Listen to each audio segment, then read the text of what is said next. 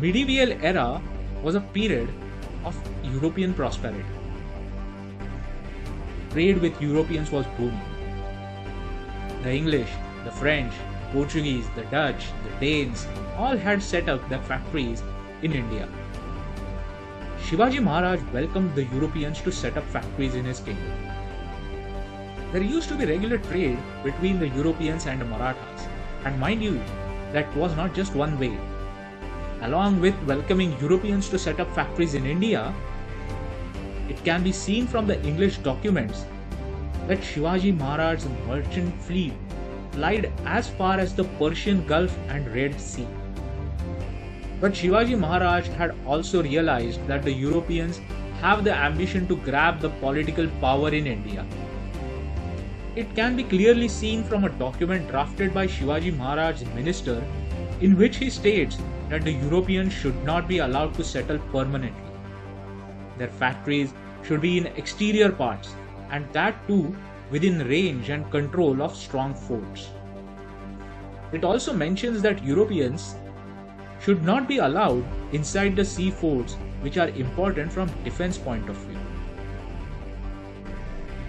The infrastructure in his kingdom, like forts, trade routes, was built and maintained by his own people.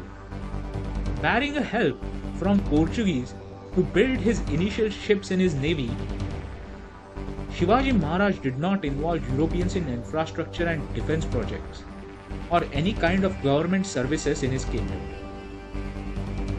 When the British stepped out of their line and helped Shivaji Maharaj's enemies, he raided their factories. In another instance, Shivaji Maharaj inflicted an economic loss on the British by using trade tactics.